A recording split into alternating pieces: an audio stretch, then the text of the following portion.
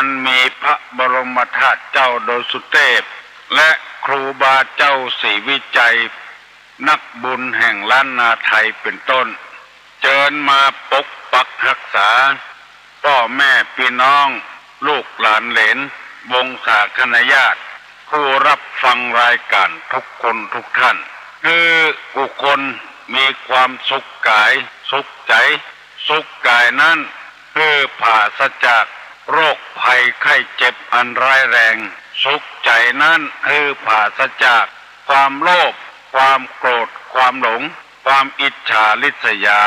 อาฆาตพยาบาทซึ่งกันและกันขอความสุขอันสมบูรณ์นี้จงบังเกิดมีกับท่านผู้ฟังทุกท่านนานแต่นานได้เทินก่อนที่จะได้นำรายการมาเสนอคือพี่น้องลูกหลานเลนทั้งหลายฟังจะได้นำไหว้พระเพื่อให้เป็นสิริมงคลกับตัวกับครอบครัวกับสังคมการเดินทางต่อไปเนอะเตรียมตัวเนอะไหว้พระโดยตุลุง อะระหังสัมมาสัมพุทโธภควาพุทธังภควันตังอภิวาเทมิกราบสวากขาโตภควตาธัมโมธัมมังนัมมัสสามิกราบสุปฏิปันโนภควโตสาวกสังโฆสังฆังนามามิกราบอันธรรมยังพุทธัสสะภควโตบุพาภะคณะมะกะลังกะโลมะเสนะโมตัสสะภควโตอะระหะโตสัมมาสัมพุทธัสสะนะโมตัสสะภควโตอะระหะโตสัมมาสัมพุทธัสสะนะโมตัสสะภควโตอะระหะโตสัมมาสัมพุทธัสสะพุทธังสรณังกัจฉามิธัมมังสรณังกัจฉามิสังฆังสรณังกัจฉามิตุติยัมปิพุทธังสรณังกัจฉามิตุติยัมปิธัมมังสรณังกัจฉามิตุติยัมปิสังฆังสรณังกัจฉามิตติยัมปิพุทธังสรณังกัจฉามิตติยัมปิธัมมังสรณังกัจฉามิตติยัมปิสังฆังสรณังกัจฉามิอิติปิโสภะคะวาอะระหังสัมมาสัมพุทโธวิชชาจารณะสัมปันโนสุขโตโลกาวิทูอนุตตโลปุริสะธรรมสารถิสัทธาเทวะมนุษย์สานังพุทโธภควาติสวากขาโตภควตาธัมโมสันติติโกอากาลิโกเอหิปัสสิโกโอปนะยิโกปัจจัตตังเวทิตโพวินโยหิติสุปฏิปันโนภควโตสาวกสังโฆอุจุปฏิปันโนภควโตสาวกสังโฆญาญาปฏิปันโนภควโตสาวกสังโฆสามิจิปฏิปันโนภควโตสาวกสังโฆยะติตังจัตตาลิปุริสายุคานิอัฏฐา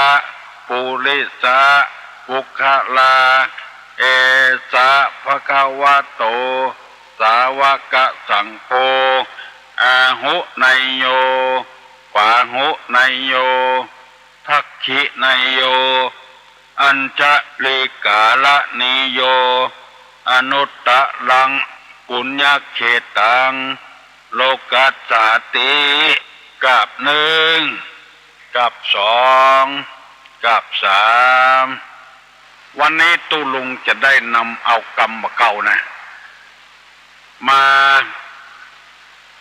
มาเสนอให้ฟังเพราะว่ามันเป็นคำสั่งคำสอนไปในตัว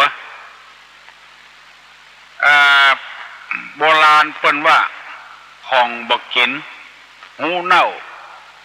ของบ่เล่าหูลืม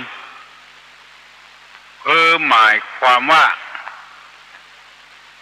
อันใดที่เรามีไว้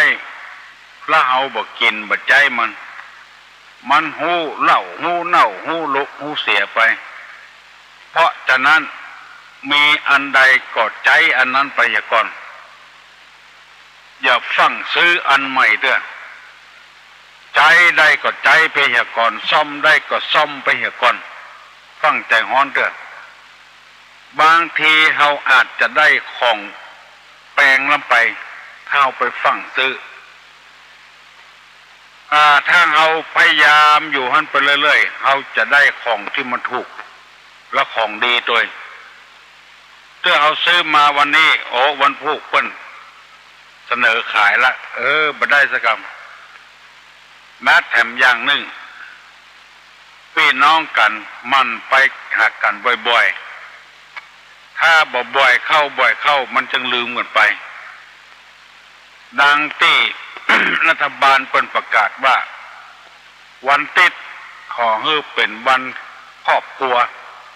อยู่กับกันตึงลูกตึงผัวตึงเมียตึงพ่อตึงแม่มีอันใดก็สู้จูกันกินปรึกษาหารือกันอู้กันโลกส่งกันปอคนเฮานี่มาใจเหมือนกับนกกับหนูเพราะว่าคนอู้กันได้จะได้รู้จักกันจะได้เอาอุปนิสัยของพ่อของแม่เข้าสู่กับลูกกับเต้าถ้าบ่ปรึกษาหารือกันบ่อยจังลืมกันไปบ่ไปมาหาสู้กันจังลืมกันไปเพื่อนฝูงฮักกันแป้งกันบ่ไปมาหาสู้กันบ่อยก็ลืมกันไปเนี่ยจึงเรียกว่าของบ่กินเอาละไว้มันจะเน่าไปเนี่ยเสียเวลาเสียประโยชน์นังซื้อนังหาสดโมโกห้องกูยังถ้าเอาละไว้ท่องมันไว้แล้วบ่เล่าทำไมบ่อ่านทำไมมันจังลืมเมื่อลืมกันแล้วก็ตีตัวออกห่างกันไป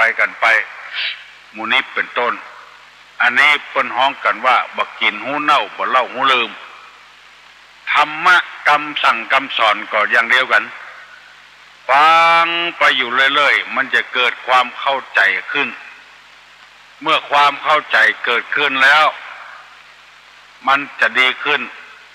อู้ก็ง่ายว่าก็ง่ายมันเคยชินกันไปอย่างจะสังเกตว่าคนที่บ่เข้าวัดเข้าวาคนที่บ่สนใจในศีลธรรมมันห่างไปติ๊กๆห่างวัดห่างวายังบ่พอตัวห่างกับพี่กับน้องแถมอันนี้นำมาเสนอพี่น้องทั้งหลายของบ่กินหูเน่าของบ่เล่าหูลืมนอกจากนั้นตู้ลุงยังมีกรรมธรรมะแบบใหม่ๆมาเสนอให้พี่น้องทั้งหลายพิจารณาแล้วจะไปคิดจะไปคิดว่าฮือไผ่นะเอามาเสนอให้ฟังแล้วพิจารณาไปตามนั้นเพราะมันเป็นหน้าที่ของตู้ลุงอยู่แล้วที่จะได้อู้ได้จ๋าได้ปาก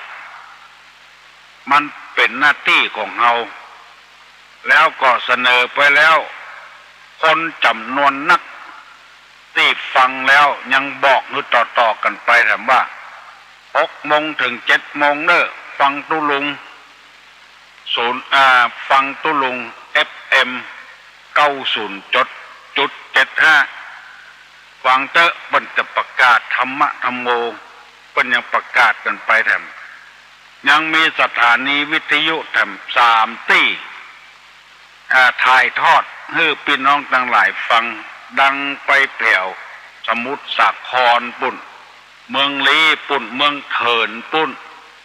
จังหวัดลำปางแม่ทะเคยมาโทรมาแล้วก็แม่เมาะก็มีที่เกาะคานี่ก็มีเมืองลี้ก็มีเปิ้นได้ฟังกันรู้สึกดีใจที่สถานีวิทยุต่างๆเปิ้นถ่ายทอดให้ชาวบ้านชาวเมืองได้ฟังเป็นจำนวนมากวันนี้จะเอาคำว่า เหตุที่ทำเมื่ออายุสั้นนั้นมีอยู่5 อย่างใครก็ใครมีอายุมั่นยืนยาวมิมาก้าขึ้นมีโชคมีลาภแต่เหตุที่ทำเมื่ออายุสั้นนั้นมีอยู่5 อย่างเป็นภาษาบาลีร้อน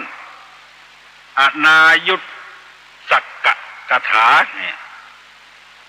1อัสสปายะกาลีนี่เป็นคาถาบาลีนะไม่ใช่แต่งเอามานะข้อ 1อัสสปายะการีแปลว่าไม่ทำความสบายแก่ตนเองอันนี้เป็นเหตุที่อายุสั้นฟังไปเน้อฟังไปเรื่อยๆเน้อ 1ไม่ทำความสบายแก่ตนเอง 2ไม่รู้จักประมาณในสิ่งที่สบาย 3บริโภคสิ่งที่ย่อยยาก 4สัญจรไปในการอันไม่สมควร 5ไม่ประพฤติเหมือนพรหม5 อย่างเนี่ยปาให้อายุสั้นตุลงจะลืมทำกรรมเนอใครจำได้ก็กรรมเดียวจะตอบตุลงมาเนอ 1ไม่ทำความสบายแก่ตนเอง 2ไม่รู้จักประมาณในการประมาณในสิ่งที่สบาย 3บริโภคสิ่งที่ย่อยยาก 5สัญจรไปในการอันไม่สมควร 4นะ5ไม่ประพฤติเหมือนพรหม 5 อย่างเนี้ยเป็นเหตุให้คนเฮาอายุสั้นตุลงจะได้ขอเมตตาเวลาอธิบายให้ฟังแล้วช่วงนี้ฟังโทรศัพท์มาเตือนเพราะว่าเปิ้นอัดเทปเอาไว้จะได้เอาเผยแพร่แถมวันหน้าวันตาถ้าโทรศัพท์มามันจะสูญกันไปขอเมตตาจะอธิบายว่าข้อ 1อสัปปายะการีนั้นแปลว่าไม่ทำความสบายแก่ตนเองหมายความว่าจังใดหมายความว่าอย่างใดไม่ทำความสบายแก่ตนเองนั้นคือไปทรมานสังขารร่างกายคือตัวนักลำไปรับเลิกเวลานอนบ่นอนแอวเวลากินบ่กินไปกินเวลาบ่กินปุ่นอันนั้นคือบ่ทำความสบายให้แก่ร่างกายคือเอาใจตัวเองว่าบังคับร่างกายเมื่อคืนเป็นนกจันทร์เมื่อวันเป็นนกเก้าเมื่อวันเปิ้นเสาะว่าหากินกันบ่าเสาะสกำเอาไปนอนเนี่ยเมื่อคืนปุ้นออกเสาะว่าหากินเสาะลักเสาะจกเปิ้นอันนี้เป็นเหตุที่อายุสั้นถ้าเปิ้นปะก็ใส่ก่อนโดนทรัพย์สมบัติไผ่ก็ห่วงก็แหนก่อนบ่โดนยิงโดนฆ่าก็เดี๋ยวใดจะหนึ่งคือบ่ทำความสบายแก่ตนเองคือทั้งร่างกายนะ เวลาเมื่อวันเปิ้นเอาบรรยากาศเมื่อคืนเป็นนอนพักผ่อน อันนี้คือถูกต้องคนที่อายุสั้นก็คือคนที่หากินเมื่อคืนมาหากินเมื่อวันสะปะสะเพื่อนขับรถขับรางกายอย่างเงี้ยทรมานสังขารร่างกายอย่างตนนักลำไป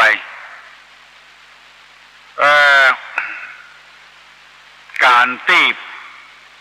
ปั้มเป่งภาวนานั่งภาวนาวันค่ำคืนหุ้งอันนี้กดจัดเข้าที่นี่เหมือนกันคือไปทรมานสังขารร่างกายเพราะพระพุทธเจ้าโดนมาแล้วทำมาแล้ว49 วันนั่งภาวนาอยู่เกือบจะหมดชีวิตชีวาแล้วพระพุทธเจ้าหันโทษอันนั้นเปิ้นจึง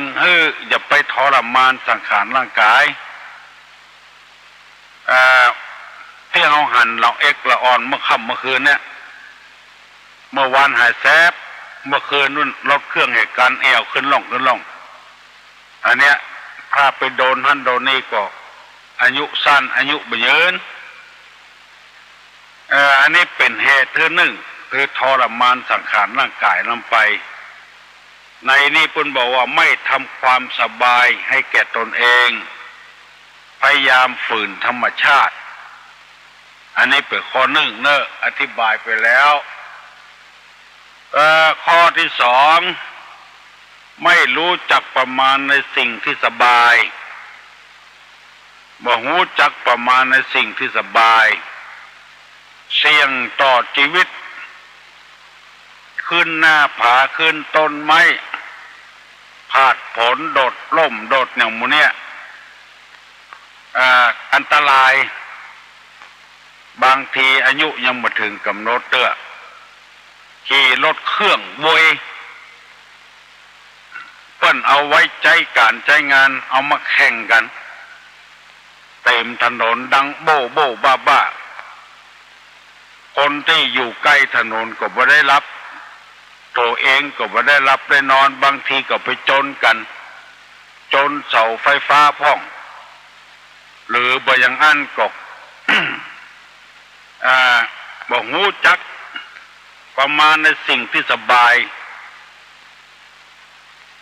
สิ่งที่ควรจะสบายบ่ฮู้จักประมาณกินนักใจนักหมู่นี้เป็นต้นทำให้คนอายุสั้นใครอายุมั่นยืนยาวก็พยายามทำตามธรรมชาติเป็นสร้างไว้มีเมื่อวันมีเมื่อคืนอย่างหมู่นี้เป็นต้นไม่เป็นข้อที่สองอู้ไปพอจะ6:30แล้ว3บริโภคสิ่งที่ย่อยยากกระเพาะมันย่อยยากกินของที่มันย่อยยากของแข็งของฮ้อนของเผ็ดของเค็มหมู่นี้กระเพาะมันบรรลับแล้วตายกับกินก็มีจัดนักละอายุสั้นของดิบของแดงหมู่นี้เป็นต้นกินนักลำไปย่อยยากกระเพาะมันย่อยยากคือเอาใจเขาเองว่ามันลำที่ปากก็กินเข้าไปมันเดือดร้อนกระเพาะจังเสียดต้องเจ็บต้องหมู่นี้เป็นบิดเป็นกิ้วตายบ่ถึงกำหนดกฎเกณฑ์กินของที่มันย่อยยาก ตุลงเคยไปนั่งอู้กับครูบาเจ้า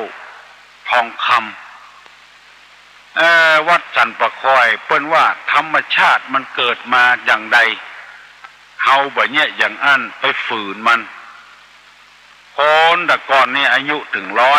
100เปิ้นว่าอันหลังจากพระพุทธเจ้านิพพานไปแล้ว100 ปีคนจะเหลือ99 ปีแถม200 ปีก็เหลือ98 ปีเหลือมัตนาจะน้อยว่าเดี๋ยวนี้ศักราชล่วงเลยมา 2,500 กว่าปีมาแล้วคนอายุสูงสุดตึก75 ปีเฉลี่ยไปตามนั้น75 ปีจนจะตาย เพราะฉะนั้นคนใดอายุ70ป่ายขึ้นไปละเจ็บป่วยถึงแก้กรรมก็ไม่ต้องเสียอกเสียใจเพราะถึงกำหนดตำนานมาเล่ามาแล้วเมื่อเกิดมาใหม่ๆธรรมชาติเปิ้นก็บ่ฮือเขี้ยว เพราะว่ากลัวละอ่อนไปเกี้ยวไปกัดของกินแล้วกระเพาะมันไฟตองมันบ่แห้งเด้อย่อยยากพอขึ้นมาสักน้อยก็มีเขี้ยวน้ำนมเกิดขึ้นมาคบแห้งก็บ่ได้คบก้อยๆหลังจากเขี้ยวน้ำนมออกมาบ่เหมือนก็เขี้ยวฟันแท้ออกมาแทนเพราะว่าคนเฮามันอายุนักขึ้นมาแล้วเกี้ยวอย่างเข้าไปกระเพาะมันย่อยได้พอเท่าพอแก่มาเปิ้นก็ร่อนออกเตอซี่เพื่อให้คนได้อายุไปถึง75-80เอาเขี้ยวออกแค่ก่อนบ่ฮื้อกินของแข็งธรรมชาติเพิ่นสร้างนี่อัน กระเพาะมันจะย่อยยากเอาเขี้ยวออกแค่มาเดียวนี้เอามันฝืนธรรมชาติเขี้ยวร่อนไปแล้วใส่แต่ไม่เต็มปากเกี้ยวของแข็งเข้าไป ทำเมื่ออายุบ่ยืนแต่ก่อนนี้เป็นอายุเต็มที่เต็มตางเพราะธรรมชาติร่อนแล้วร่อนไปของแข็งเกี้ยวบ่ได้ก็ออกแค่เอาของอ่อนๆเข้าไปอันนี้ข้อที่3 ลองฟังเถอะบ่มีธรรมะศาสนาไหนจะมาสอนอย่างที่เขาว่านี่มีทางพุทธศาสนาเดี๋ยวนี้ตู้ลุงเลยนำเอามาเสนอ คือพี่น้องทั้งหลายฟังเพลงนี่ฟังเมื่อใดก็ได้ผู้สถานีเพิ่นนึงประกาศ แต่ธรรมะอย่างที่ตุลุงนำมาเสนอนี่มันหายากเพราะฉะนั้นก็คือพยายามเมื่ออายุยืนหน่อยบัดทำความสบายให้แก่ตน2บ่รู้จักประมาณในสิ่งที่สบาย3กินอาหารที่ย่อยยากอันนี้เป็นเหตุที่อายุสั้นนะข้อที่4สัญจรไปมาในการอันบ่สมควร ดังที่เราอู้กันแล้วสัญจรไปมาในเวลาบ่สมควรคือไปที่ไหนมาที่ไหนบ่ใช่การบ่ใช่เวลาขี่รถโบยลำไปเมื่อค่ำเมื่อคืนแต่ก่อนมีสิ่งสาราสักมันนักงูเลี้ยวเกี้ยวก่อนกาเสือสิงกระติงแรดกามันเสาะให้ว่าหากินเมื่อคืนเอากับปลากันเมื่อค่ำไปกันเมื่อค่ำเมื่อคืนเมื่อวันเปิ้นเสาะหากินเอาไปเสาะไปล่าสิ่งล่าสัตว์ในเมื่อคืนโดนเสือกบเสือกาบไปก็มีบัดเดี๋ยวนี้ได้ยินบ่อยๆหมู่เดียวยิงหมู่เดียวกันนึกว่าเป็นสัตว์ป่าเอาปืนเขาจดเอาไปมาเป็นหมู่เดียวกันตายเมื่อค่ำเมื่อคืนอายุยังบ่ถึงกำหนดเลือดตายไปเห็นแล้วคือไปที่ไหนมาที่ไหนนะเวลาอันบ่สมควร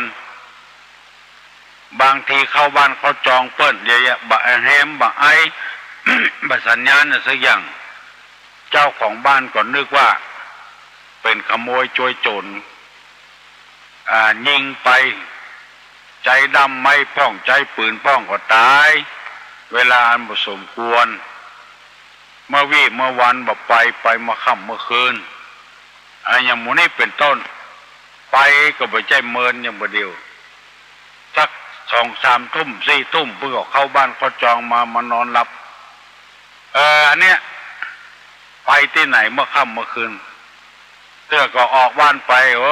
เพิ่นโทรศัพท์มาบอกว่าหมอนั้นเนอะขายรถจนเนอะปุ้นลำปางพูดก่อนเขากระเดียวมันเอี่ยวใกล้ๆเอี่ยวไก่ลำไปละปูนพูดก่อนไปตายในห้วยในดอยปุ่นเนี่ยพี่น้องเดือดร้อนตัวเพราะฉะนั้นขอฝากฝังไว้กับพี่น้องทั้งหลายพยายามเนอะเพื่ออายุยืนประเดี๋ยวนี้ใจรถใจหลางโว้ยลำไป มันบังคับบัดตันมันบ่ใจหูกรรมเฮามันเป็นเล็กเป็นหลว พอเสนอไว้ให้ลูกให้หลานผู้ฟังทั้งหลายได้พิจารณาเอาไว้เพื่ออายุยืนเนี่ยน้อยกว่าที่เราจะใหญ่มาเลี้ยงเป็นทุกข์เป็นยากข้อที่5เปิ้นบอกว่าอะพรหมจารีไม่ประพฤติเหมือนพรหมพรหมนี่แปลว่าผู้ใหญ่อะพรหมจารีแปลว่าไม่ประพฤติเหมือนพรหมพรหมนี่แปลว่าผู้ใหญ่คือทำตัวฮื้อต่ำต้อยน้อยใจทำตัวฮื้อบ่สูงจะแยะหยังเอาใจตัวเองว่าบันึกสภาวะของตัวที่เป็นอยู่คือหมายความว่าเฮาเป็นคนก็ต้องทำตัวเป็นคนจะไปทำตัวเป็นสิ่งสารสัตว์บ่ฮู้คุณพ่อบ่ฮู้คุณแม่บ่ฮู้คุณครูบาอาจารย์ บ่ฮู้คุณดินน้ำไฟลมเพราะเฮาถึงวันนี้ยังเป็นหนี้เพิ่นอยู่เป็นหนี้พ่อเป็นหนี้แม่ที่เพิ่นเลี้ยงเฮามาเป็นหนี้ครูบาอาจารย์ที่ประสิทธิ์ประสาทความรู้เป็นหนี้ลูกเป็นหนี้หลานผัวเป็นหนี้เมียเป็นหนี้ผัวที่จะต้องชดใช้กันอยู่ต่างคนต่างเป็นหนี้กันคือปฏิบัติตามหลักนั้นก็คือฮู้จักว่าตัวเฮาเป็นอะไรหยังประพฤติพรหมจรรย์คือหมายความประพฤติเป็นพรหมเป็นผู้ใหญ่เป็นคนยังเป็นนักเรียนนี่ประพฤติตัวคือเป็นนักเรียน อย่าไปประพฤติตัวเป็นนักเลงเป็นพ่อกาเป็นแม่กาเป็นลูกกาเป็นหัวหน้าคนเป็นลูกน้องคนทำตัวเป็นอันใดอันนั้นเป็นแม่กายึดอาชีพเป็นพ่อกาแม่กาอย่าไปเอากรรมให้เกินน้ำไปอย่าเกินน้ำไปของคนอื่นถูกหรือเขาก็ไปซื้อของคนอื่นเนี่ยเป็นลูกกาแปะของเปิ้นเจื้อของเปิ้นถึงวันเวลาก็เอาไปส่งไปคืนเปิ้นวันหน้าเขาต้องการเขาก็ไปแปะไปแถมได้อยู่เอาของเปิ้นมาแล้วก็บ่ฮื้อเปิ้นอันนี้แบบประพฤติตัวเป็นพรหมยืมลูกหนี้กาเจ้าหนี้กา เป็นเจ้าหนี้ก็เอาดอกเบี้ยแปลงน้ำไปวันหน้าเขางูที่อื่นดอกเบี้ยถูกเขาก็จะไปเอาที่อื่นเป็นลูกหนี้ก็เย็นเดียวกันยืมของเปิ้นละใจเปิ้นถ้าเอาวิดตินวิดมือใกล้ๆเข้ามาต้องการบ่ได้ละเปิ้นบ่ฮื้อละเอาจะเดือดร้อนต้องประพฤติเป็นพรหมพระสงฆ์พระเจ้าที่ศรัทธาบ่เคารพบ่นับถือบ่ศรัทธาบ่เลื่อมใสเพราะอะไรหยังเพราะประพฤติตัวเป็นพระสงฆ์พระเจ้าที่ดีอันใดที่เป็นวิถีของเจ้าบ้านบัดสมควรที่ตุเจ้าพระสงฆ์จะทำก็ไปทำอันนั้นเป็นต้นเหตุ บ่ประพฤติพรหมจรรย์บ่ประพฤติเป็นพรหมดังที่มีเรื่องมีราว เมื่อเดินประท้วงกันเมื่อกี่วันนี้อยู่ในวัดในวาระดมกันถึงตุเจ้าถึงศรัทธาไปประท้วงตัวเพิ่นเดือดร้อนเผียวตุเจ้าแต่ปุ่นตุเจ้าปลอมไปประท้วงกับเพิ่นที่สนามหลวงแล้วตุเจ้าแต่ก็เดือดร้อนโดยอันนี้ฮ้องว่าประพฤติตัวเหมือนพรหมเป็นเฮือดให้อายุสั้นเขาแจ้งหัวเขาด่าหัวเขาสารพัดอย่างมูนี้เป็นต้นตุลุงได้นำมาเสนอปิดน้องทั้งหลายฟังไปเถอะถึงวันเขาจะเกิดความรู้ขึ้นศาสนาอื่นเขายังไม่ได้ศึกษาเตื้อแต่ศาสนาพุทธนี่มีถึงหมดกูอย่างคุณธรรมแต่ว่าเอาเรื่องคนที่ยายาก มาเสนอวันนี้เอาเสนอกำว่าคนที่อายุสั้นมีอยู่5 อย่าง1บัดทำความสบายให้แก่ตนเอง2บ่รู้จักประมาณในทางที่สบายในสิ่งที่สบาย 3บริโภคสิ่งที่ย่อยยาก4สัญจรไปในอาการที่บ่สมควร5บ่ประพฤติเหมือนพรหมวันพุธก่อนจะได้นำมาเสนอหามเนออาจจะว่าเป็นเหตุที่อายุสั้นกับอายุยาวกันจะได้นำมาเสนอให้พี่น้องทั้งหลายฟังแถมนำไปประพฤติปฏิบัติวันนี้ที่วัดปิยารามเพิ่นก็ยังมีขวดตาลเข้าอยู่เนอวันค่ำ ตั้งแต่9 โมงเป็นต้นไปแล้วก็ปุ้นที่ร้องกล่องเข้าบุญแถมวันที่20ถึงวันที่26พอออกเปิ้นโทรศัพท์มาของฮือตุลุงได้ประกาศบ้านเหนือบ้านใต้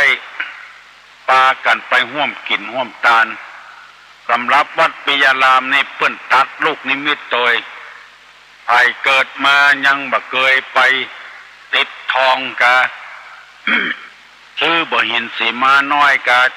เอาจอมหลุมพัทธสีมาก็ไปเจิญไปเถอะวันค่ำมีกรรมการต้อนรับอยู่ฮั่นเนอขอประชาสัมพันธ์ให้ได้รับทราบเหมือนกันกุคนวันติดตั้งแต่นี้เป็นต้นไปเพื่อครอบครัวได้อยู่พร้อมหน้าพร้อมตากันได้ประสานงานกันผู้กันลงส่งกันปอตำส้มบกกล้วยเต้กินด้วยกันกาตำมะม่วงกินด้วยกันกาแปลงอาหารสอนลูกสอนเต้าได้กินอาหารบัดเดี๋ยวนี้ตุลุงจะถามนะเนอะ ใครจำได้ก็ตอบมาจำบ่ได้บ่ตอบก็แล้วไปเพื่อให้หูบ่ได้ว่าไผ่ฟังพ่องบอกฟังพ่องว่าโดยเหตุที่ทำอายุสั้น5 อย่างในที่1ในยะที่1ไผ่จำได้พ่องลองตอบตุลุงมาลอง 121058เหตุที่ทำอายุสั้นน่ะมีอยู่5 อย่างมีอย่างพ่องไผ่ได้ลองตอบตุลุงมาลองจำได้2 ข้อ3 ข้อก็ตอบมาเถอะตุลุงจะได้หูว่าไผ่ฟังกาบอกฟังกา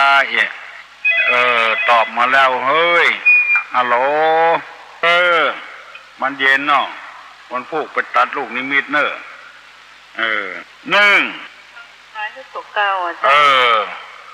มีแล้วก็บ่กินบ่ใจเนาะสองบ่รู้จักประมาณในสิ่งที่สบายสามบริโภคสิ่งที่มันย่อยยากสี่สัญจรไปในสิ่งที่บ่บังควรในเวลาบ่บังควรเจ้าบ่ประพฤติเหมือนพรหม5 ข้อนอกเจ้าถูกหมดถึง5 ข้อดีละเอ้ยอนุโมทนาตัวเน้อเจ้านมัสการเจ้าบุญนักษาดีเนอะบรรเย็นน้องบรรเย็นเพิ่นตอบมาหมดละถึง5 ข้อบ่หาความสบายให้แก่ตัวมีแล้วบ่ใจบ่สวยสักกรรมแทนที่จะมีร่างกายอายุมั่นยืนยาวบ่ใจสักกรรมฮัลโหล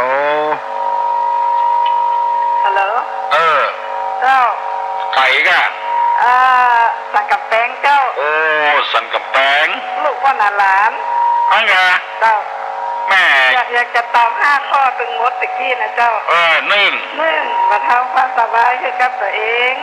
2บ่รู้จักประมาณในสิ่งที่สบาย3บริโภคสิ่งที่ย่อยยาก4สัญจรไปมาในที่บ่สมควร5อาภามจารีบ่ประพฤติเหมือนพรหมเก่งแก่ฟังตุลุงทุกวันเหรอฟังทุกวันเจ้าแม่ลูกคนหลานเจ้าชื่อละอวงชัยเจ้าละอเหรอเจ้า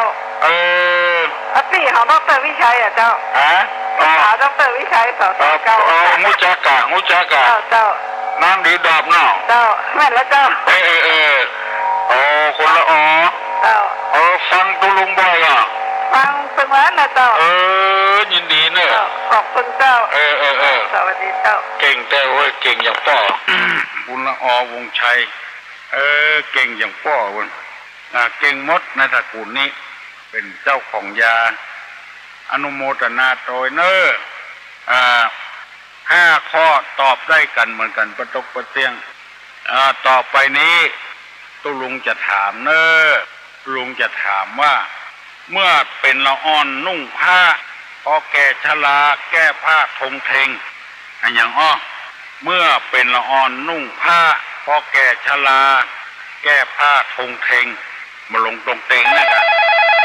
เมื่อเป็นละอ่อนนุ่งผ้าพอแก่มาแก้ผ้าทงเทงฮัลโหลการเจ้าจากนมัสการเจ้าบะเขือหมวกเจ้าบะเขือที่ไหนฮะอบต.ดอนแก้วอบต.ดอนแก้วเนาะทุกสหาบะเขือกดคูกไล่อย่างทำก็ปัจจัยกินแล้วปวดสู้ๆคนเป็นโรคเกาต์กินได้เช้ากินมาได้จ้ะคนเป็นโรคเกาต์กินมาได้อย่างเอาย้ำใส่น้ำปูอย่างนอจ้านอน้อยนุ่งผ้านอคนใหญ่มาจับปกมันออกประตูประเสียนแม่ถูกแล้วเนาะจ้ะท่านแม่ละที่โทรเจ็ซี่นะเพิ่นใจบุญขนาดแหละอันโรงงานเพิ่นจะเป็นผู้คนพิการคนใบ้ทั้งนั้นเลยเ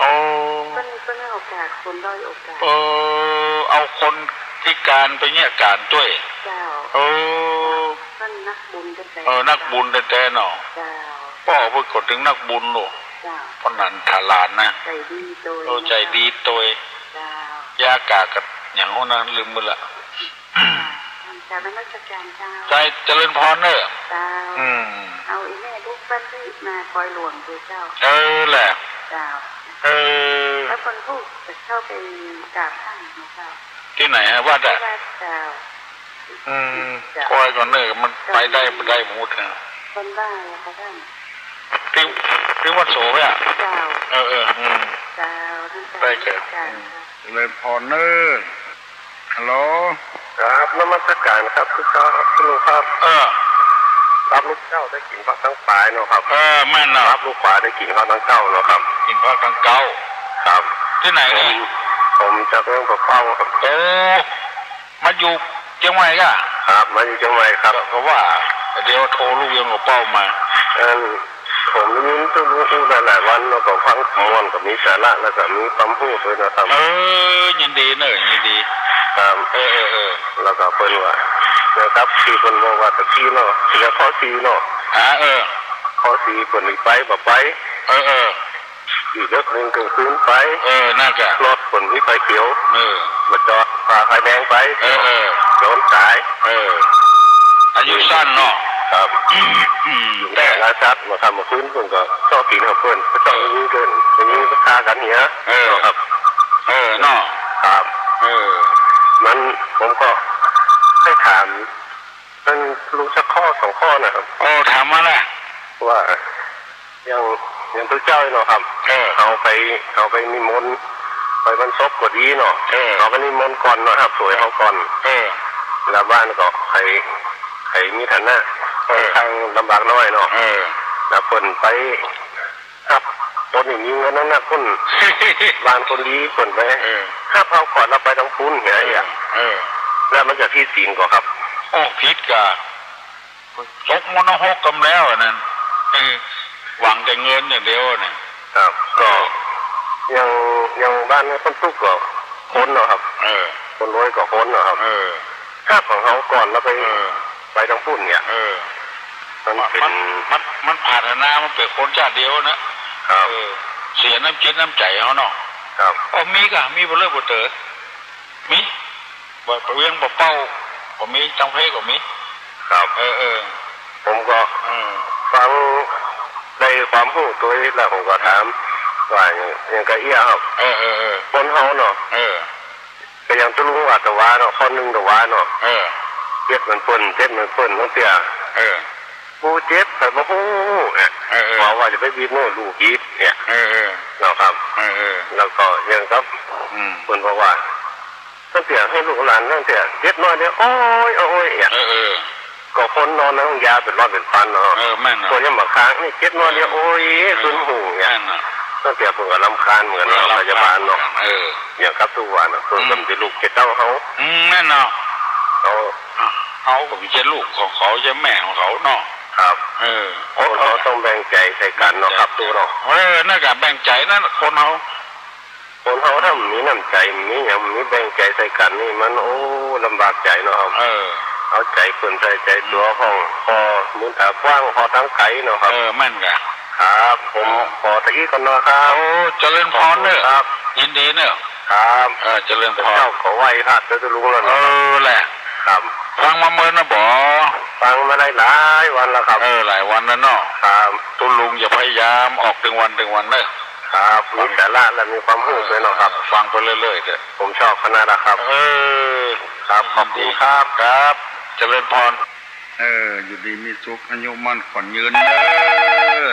อ้าวสวัสดีครับเจริญพรเขาเปิดวิทยุเนี่ยเขามันเสียงมันยังหอนวิวาเนี่ยครับเอาเร่งวิทยุนักลำไปลองรีวิทยุเลยครับ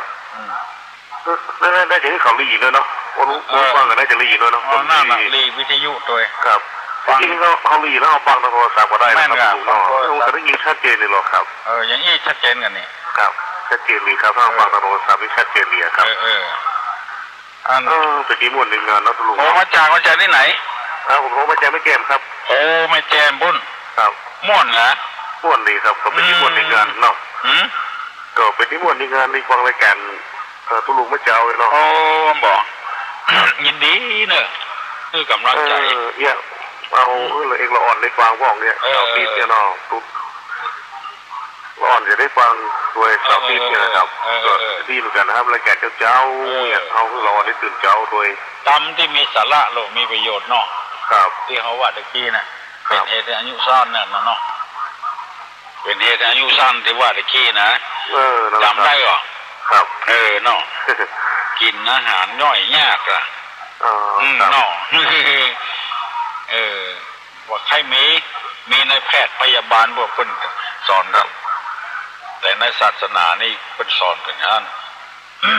ฟังชัดเจนดีบ่ครับผมบ้านไหนอย่างไม่แจ่มอ่ะอยู่บ้านบนนาครับบนนาแกครับเปิดทำบ้านมาฟังอย่างเงี้ย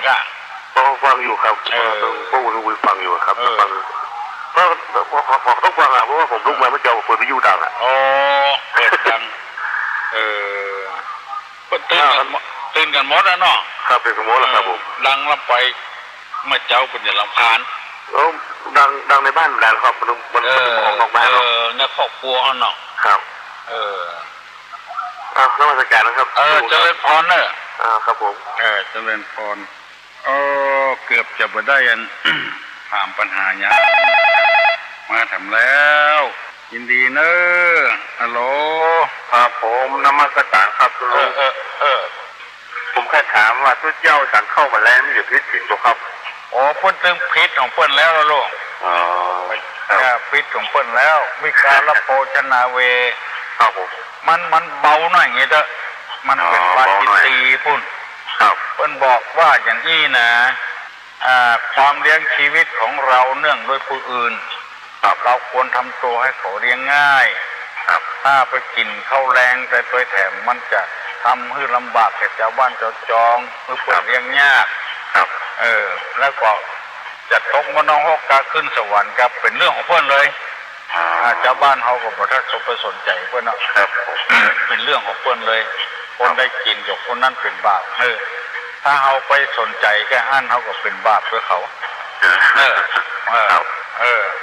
ถ้าเขาไปยุ่งไปอย่างก็เดือดร้อนเหมือนกันนะเอาเหตุการณ์มันว่ายังถ้าเป็นพญาติพญามในกอกวินัยก็ยกเว้นนะหมอเนี่ยเพราะว่ายามันไปกระทบกับกระเพาะดีบ่ดีกระเพาะจะพังเนาะถ้ามีอาหารกระตุ้นไว้นี่มันจะเป็นอย่างนักเท่าใดเนี่ยมันมียกเว้นอย่างเก่า ยกเว้นแต่พิสุอาพาธครับรับมีอย่างพ่องพอมีอย่างแล้วครับครับคิดกัน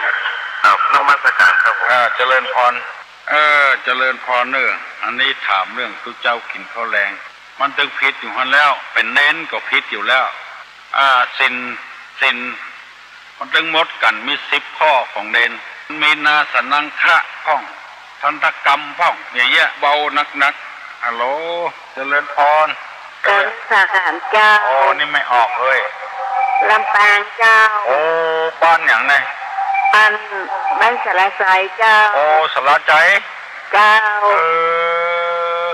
ก็ไปวัดเจ้าจะถามว่าก็อาจารย์มาที่อยากจะใส่ขันแก้วทั้ง3ได้ก็เจ้าโอ้ตะกอนนี่เปิ้นบังฮื้อเนี่ยเนอะเจ้าเปิ้นฮื้อเอาปดใจนำน่ะเจ้าบัดเดียวนี่มันการงานนักเอาเว้ยก็เทือกใส่ขันแก้วทั้ง3แล้วใส่บาตรแล้วเขาก็ไม่ได้ใส่ซะเจ้ากับข้าปดใจนะเนาะเอาอย่างนี้ดีกว่าถ้ามันมาขวายน้ำไปก็ใส่เตอะเขาใส่เตอะเพราะตามปกตินี่ผู้จานจะต้องมาก่อนนะผู้จานนะเพิ่นจะใส่ก่อนนะเจ้าใส่ก่อนนะกลับไปจะต้องรอกันเจ้าโอ้นี่จะได้ดีฮะบอกให้ผู้จานได้ก็หาอันผู้จานนี่เพิ่นตึงไปเจ้าเอาบ้านเฮาบอกไปเจ้าแหละไปเจ้าหันที่อื่นบ่ได้เนาะที่อื่นนี่เพิ่นไปขวายเจ้านักกะถ้าเฮาเดือดร้อนก็บอกให้ดูเจ้าก็ได้บอกให้ผู้จานของมาเจ้าในเน้อเจ้าก็บ่ได้ไปวัดเหมือนละเจ้าแหละตั้งแต่เมียเย็นนี่เพลงนะเจ้าบ่ได้ไปนะเจ้าบัดใส่บาตรกลางแรงเนาะใส่กันนอกบ้านเจ้านอกบ้านเอาเจ้าแล้วก็ตู้ลุงตีวัดมีปัญใหญ่ไปนะเจ้าปัญใหญ่ปุ่นยังว่าเนาะเจ้าปัญหาในวัดเนาะเจ้าปัญหาของเปิ้นเปิ้นก็เป็นทุกเจ้าหนุ่มโดยเจ้าเปิ้นก็ไปวัดอื่นก็ดีเนี่ยก็เจ้าก็ไปถามนะเจ้าประเพณีของเฮามันถืออย่างอันเนอะเจ้าถ้าผู้จานบ่ใส่นี่ไม่ยิงเปิ้นบ่ใส่เตื้อใส่บ่ดีแหละเจ้าถ้าเฮาบอกฟังมาฮีบเตื้อก็ถ้าผู้จานในกำเนาะถ้าบอกฟังนะถ้าฟังก็นั่นคือนะเจ้าเอาผู้ใจนำลูกเนาะ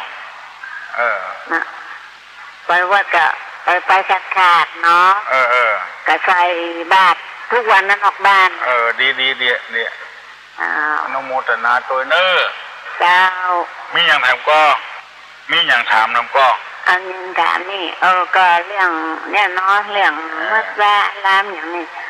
ที่เตียนนิกานี่เป็นบาปเจ้าโอ้แน่นอนอ่ะพูดเท็จพูดส่อเสียดพูดแต่บอกจะว่าอะไรนะเจ้าเพราะว่าอันตีว่าวนเวียนมานี่เพราะว่ามันตัวตามหนังสือเจ้าเนาะมันยังตุ้ลุงเนี่ยเจ้าก่อนเพิ่งไล่ตุ้ลุงจะหนีก็เจ้าไล่ลูกคนไล่คนน่ะไปใจมันกีดจุกผู้ฟังมาได้นะเจ้ามาเป็นบาปเลยเจ้าไปเป็นบาปอยู่ได้ผู้ตรงประจงมานะเจ้าโดนไล่ลูกไปอยู่อยู่ได้ที่พลเลือกพลเตอประเทศไทยมี70 กว่าจังหวัดนะเนาะเป็นอำเภอกับใครเป็นอะไรจังหวัดมันแก่มาเจ้ากันจะขึ้นกระจ้างกันลงเนี่ยเจ้าเนาะกิเลสมันจึงมีมันตรงนี้กูวัดกูวานะเจ้าบัดเดียวคนเป็นผู้ชนหรอกคนเป็นธรรมดาทุกเจ้าหรือศรัทธาก็มีทุกเจ้ากับเพิ่นว่ามันนับพระกับนับพระเหลียงมันนับเสาเพียงนับพระรีบนะเจ้านับพระรีบเหมือนกันฟังทุกวันแหละฟังทุกวันเข้าใจดีเนาะจบแล้วพี่จบแล้วเนาะจบแล้วเนาะจ้าการนมัสการจ้าจบแล้วเนาะจ้ายินดีเนอะจ้า7 โมงแล้วนะ บุญรักษาเนอสาธุเจ้าเจริญพรยินดีเนอะกูคนที่โทรมาหาทุกมาทำละเฮามาทำนมัสการเจ้าก็ลุงเจ้ามีเรื่องจะถามก็ลุงอ่ะเจ้ามีเรื่องที่จะถามเจ้าเรื่องส่วนตัวเรื่องส่วนรวมอันคือว่าบ้านเจ้านะเจ้าบ้านข้าเจ้านี่อย่างมีเสา4 ต้นนะเจ้าน่าจะดีกว่าเจ้าบ้านมีเสา4 ต้นเจ้าจะดีก่อเจ้าแล้วมันไหวเยอะเหรอไม่ไหวเจ้ามันเป็นจะได้สงสัยกันเจ้าต้องฟังที่อันรายการหนึ่งนะเจ้าคนใหญ่บ้านมีเสา4 ต้นนี้มัน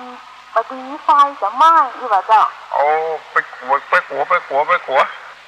ทำดีกะมันเป็นเสาคู่อ่ะเจ้า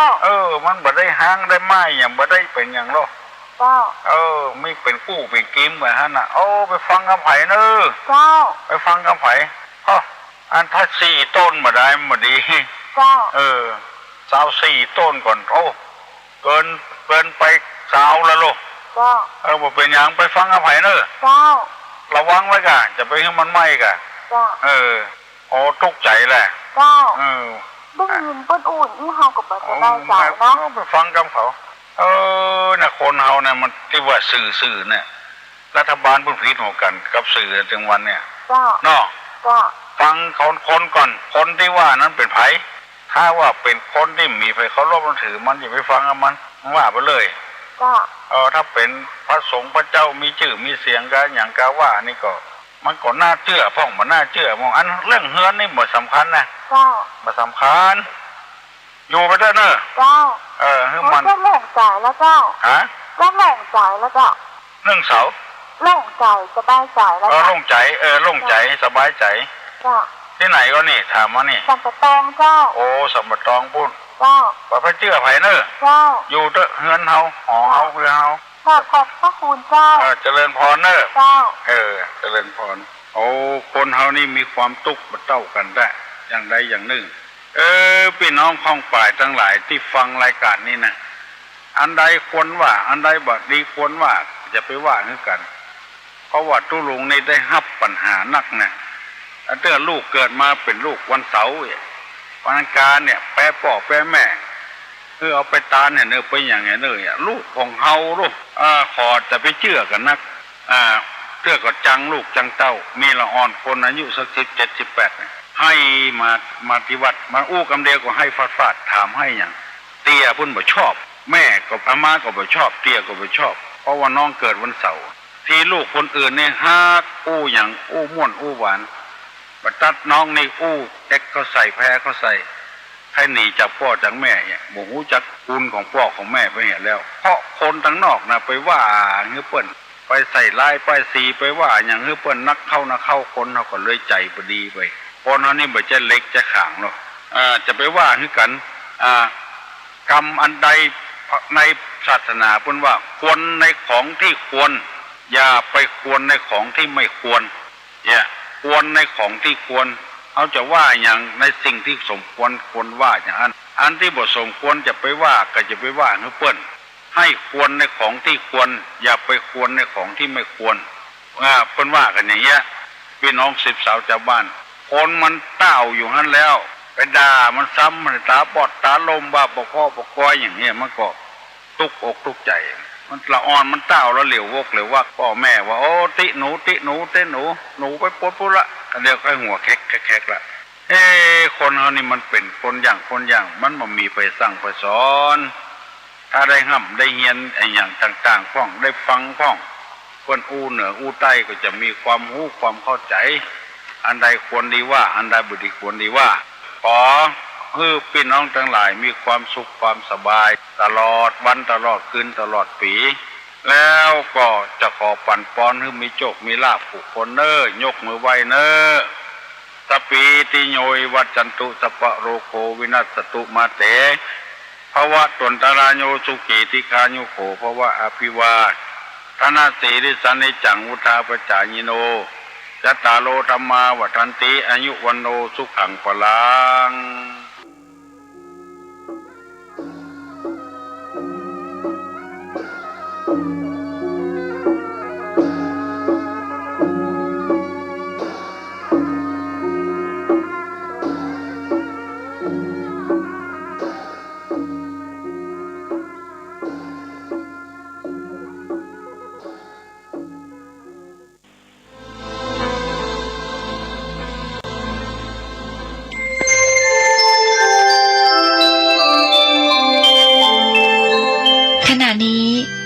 กำลังฟังสถานีวิทยุกระจายเสียงพระพุทธศาสนา FM 104.5 เมกะเฮิรตซ์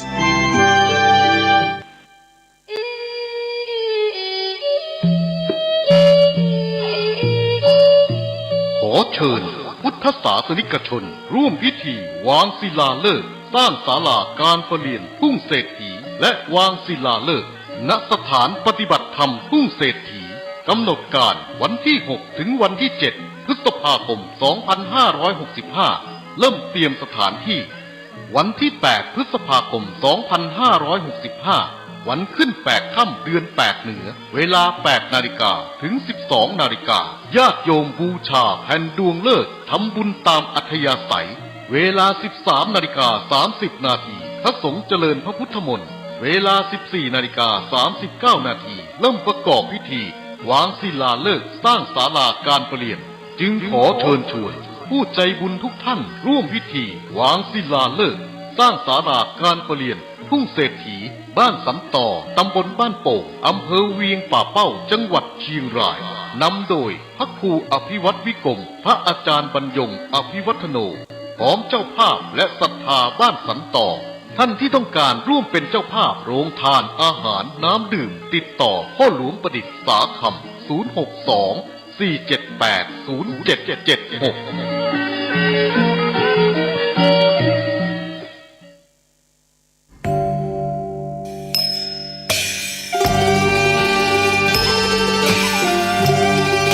เนื่องในวันคล้ายวันกำเนิดครูบาเจ้าศรีวิชัยและครบรอบ144 ปีในวันเสาร์ที่ 11 มิถุนายน 2565 นี้มูลนิธิครูบาศรีวิชัยจังหวัดเชียงใหม่ขอเชิญชวนชายไทยผู้เลื่อมใสในพระพุทธศาสนาและศรัทธาครูบาเจ้าศรีวิชัยสมัครอุปสมบทเป็นพระภิกษุจำนวน 9 รูปเป็นเวลา 9 วันเพื่อเป็นสิริมงคลแก่ตนเองและครอบครัวเป็นรุ่นที่ 23 รุ่นเสริมสรรพมงคลอุปสมบทณวัดพระสิงห์วรมหาวิหารแล้วเข้าไปฝึกปฏิบัติวิปัสสนากรรมฐานที่วัดร่ำเปิงตะโปธารามผู้สมัครจะต้องมีอายุ 20 ปีบริบูรณ์ขึ้นไปไม่เกิน 45 ปีไม่เคยอุปสมบทเป็นพระภิกษุมาก่อนต้องเข้าฝึกต้องจำคำขออุปสมบทได้ไม่น้อยกว่า 4 ครั้งและต้องอุปสมบทได้ครบ 9 วันไม่ต้องมีรอยสักที่อาจทำให้เสียภาพลักษณ์ของพระภิกษุสงฆ์ผู้อุปสมบทไม่ต้องเสียค่าใช้จ่ายใดๆแต่อาจจะร่วมบริจาคตามแต่จะมีจิตศรัทธาได้ผู้สนใจสอบถามรายละเอียดและสมัครโดยตรงที่พระครูวินัยธรชัชวาลชวนะปัญโยผู้ช่วยเจ้าอาวาสวัดพระสิงห์วรมหาวิหารโทร 0818828129 หรือที่นายพยูนมีทองคำประธานกรรมการมูลนิธิโทร 0897007939 ตั้งแต่บัดนี้จนถึงวันศุกร์ที่ 13 พฤษภาคม 2565 นี้